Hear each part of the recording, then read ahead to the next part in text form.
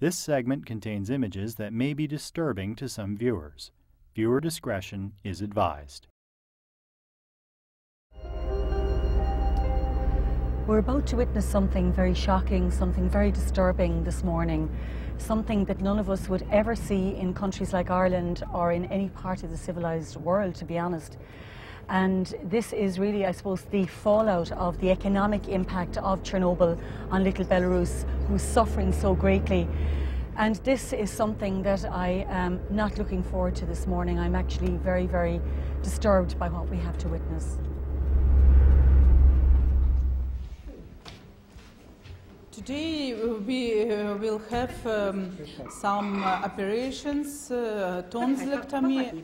It's happened every day and in this operating room, and sometimes our surgeons have maybe 7 or 10 operations in one day. Не надо пить. У нас стульчик шатается, ты упадешь. Не надо, не плачь, мы тебя потом отведем в палату. Не плачь. Переодевается весь, да? Не плачь. Дай мне ручку. Не плачь. Я не буду ничего трогать. Почему? У нас стульчик шатается, понимаешь, ты можешь упасть. Не надо плакать, мы тебя отвяжем. All operations are made without special anesthesia because our conditions in this operating room don't allow us to use anesthesia. Зачем закрывать глаза? Свет яркий у нас, свет яркий. Ну, видишь, какой зайчик. Тихо, тихо, все, молодец, молодец.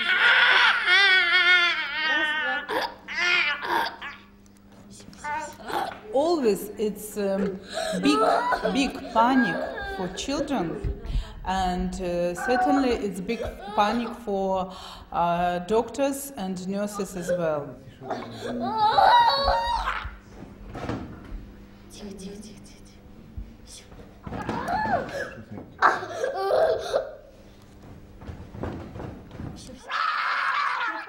Every operation is big trouble, with bleeding, with crying, and it's big stress for everybody who are in this operation room.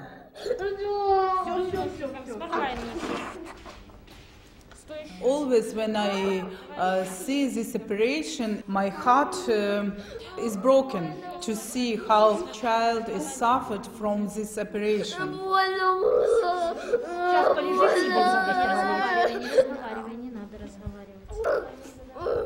But unfortunately, it's our life, it's our conditions, and we have to do this. Words fail to describe what we've witnessed here in this operating theatre this morning. You don't have to be stoned not to have been moved by what we've just witnessed. I found this experience absolutely traumatic, distressing beyond description. That last little boy was saying, "Why are you doing this to me? Please don't cover my eyes." And then he was describing how terribly painful it was. I mean, I really had a real sort of choking sense, and his fear was very, very obvious throughout the procedure, no matter how swift it was. It was something that no child should ever have to go through. I really, really felt his pain today, and I just feel, you know, we've got to intervene in some way to make sure that this procedure doesn't have to continue in the future.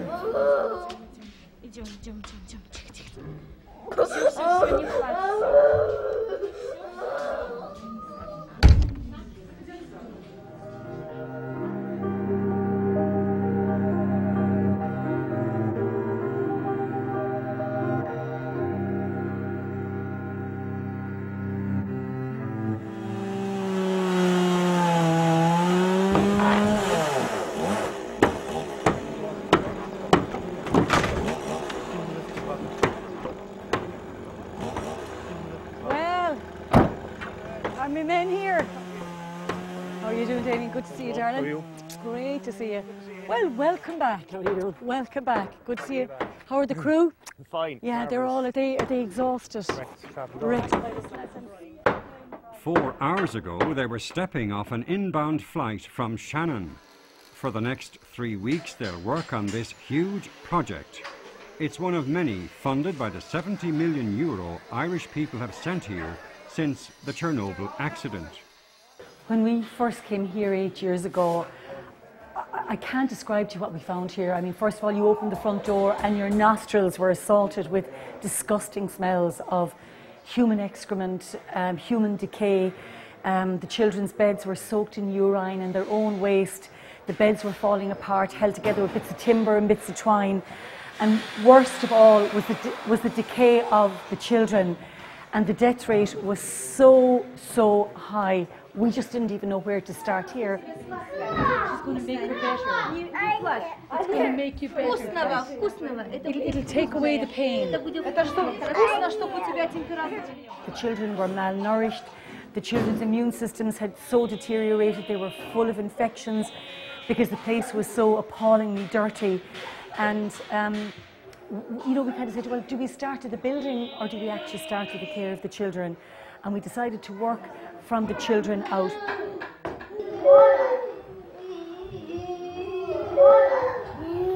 We started to try and reduce the number of deaths, which we have slowly but surely done. And then after that, once we put in the quality of care for the children, we said we'd work on the physical building itself to make it healthy, to make it beautiful. And now you see all this extraordinary work going on. I mean, it actually is a pleasure to be here. I used to be frightened of coming here, and now I call it Hotel Vesnova, because this is the place where children are happy, where the children are educated, where the children are loved. We're finished here. All we have to do is wash down the tiles, wash down the floor, small bit of skirting board. I suppose it's absolutely full on, like, when we wake up in the morning here, like, it's not a question of, you know, Jesus, it's not about money, like, it's good for, it's just good for your life, isn't it?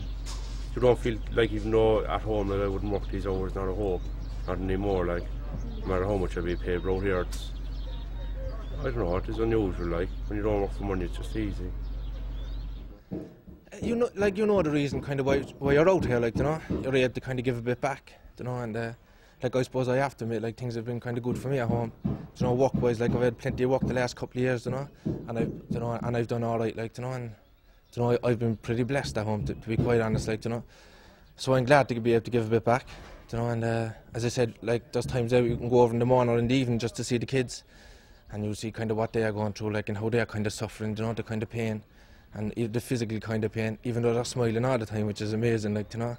And just to see those things, it just kind of keeps your spirit up and keep you going.